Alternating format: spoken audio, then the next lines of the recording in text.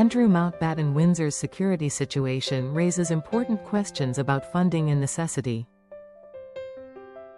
Once a member of the royal family, Andrew now relies on private security, a shift that reflects his changing status. According to Di Davies, a former head of royal protection, Andrew likely requires 24-hour coverage, provided by ex-royal protection officers. This kind of private security comes at a steep price. Di estimates that if former officers from Scotland Yard are involved, they might earn salaries starting from what they received while serving in the police. Depending on their ranks, that could reach up to £90,000 per year. While Di admits he cannot confirm the exact figures, he speculates that their salaries would vary based on their individual negotiations. He notes that the royal family is known for not offering generous pay to staff, suggesting that actual salaries might be significantly lower. The question of how Andrew finances his security is complex. Di points out that Andrew sold Sinning Hill Park, a property gifted to him by his mother, for a considerable profit. This sale likely provided him with substantial funds, although the precise amount he inherited from his late mother remains unclear. The sale of Sinning Hill Park, a 12-bedroom home, was particularly notable.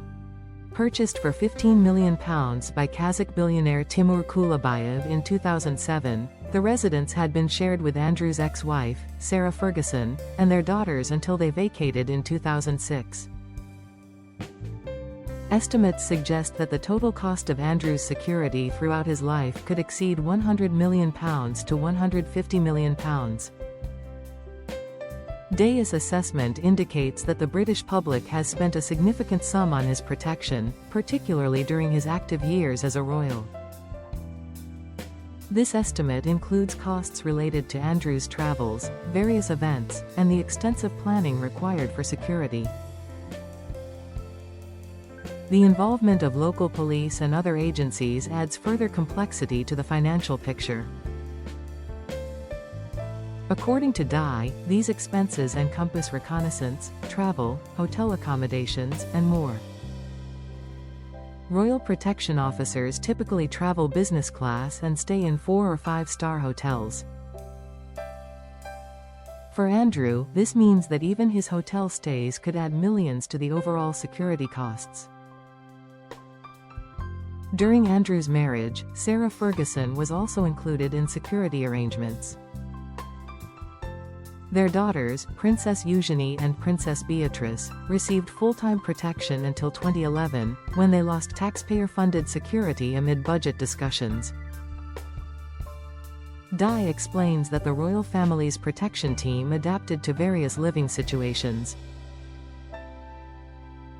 When Andrew and Sarah were married, additional officers ensured their safety at Sinning Hill Park. After their separation, protection continued for Sarah, especially when their daughters were with her.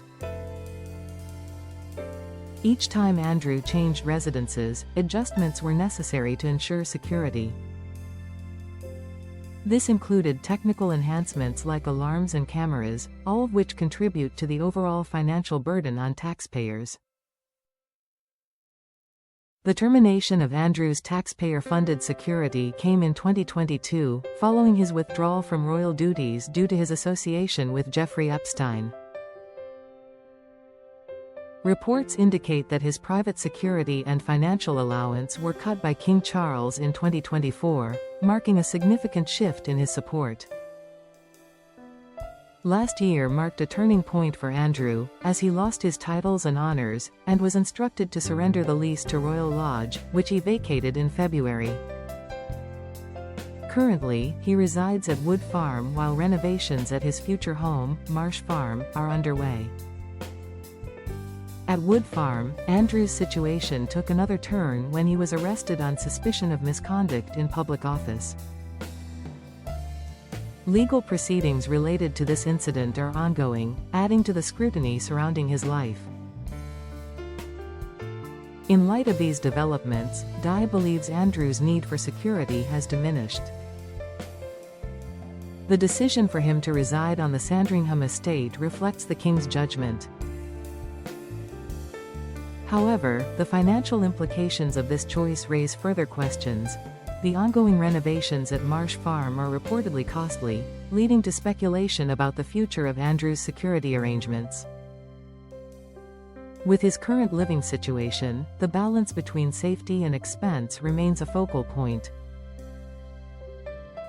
As the situation unfolds, it is crucial to examine how Andrew will manage his security needs without taxpayer support.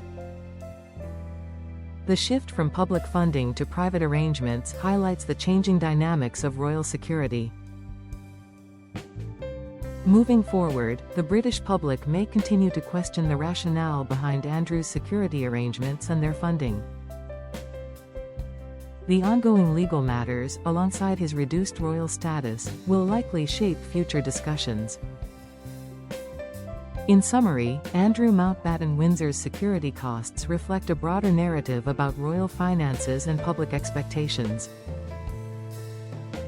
As he navigates these challenges, the implications for his security, and the associated costs, are likely to remain in the spotlight. Ultimately, the financial burden of royal protection raises questions about the sustainability of such arrangements in the modern context. Andrew's situation serves as a case study in the evolving landscape of royal duties and responsibilities.